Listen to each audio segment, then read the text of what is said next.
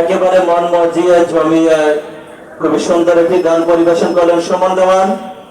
ওনারই গানে মুগ্ধ হয়ে আমাদের মঞ্চে উপস্থিত 21 নং রতন পরিবহন পরিষদের নির্বাচনে যিনি চেয়ারম্যান পদে সকলের দোয়া ও সমর্থন প্রত্যাশী যারা বাবুল কালাম ভাই,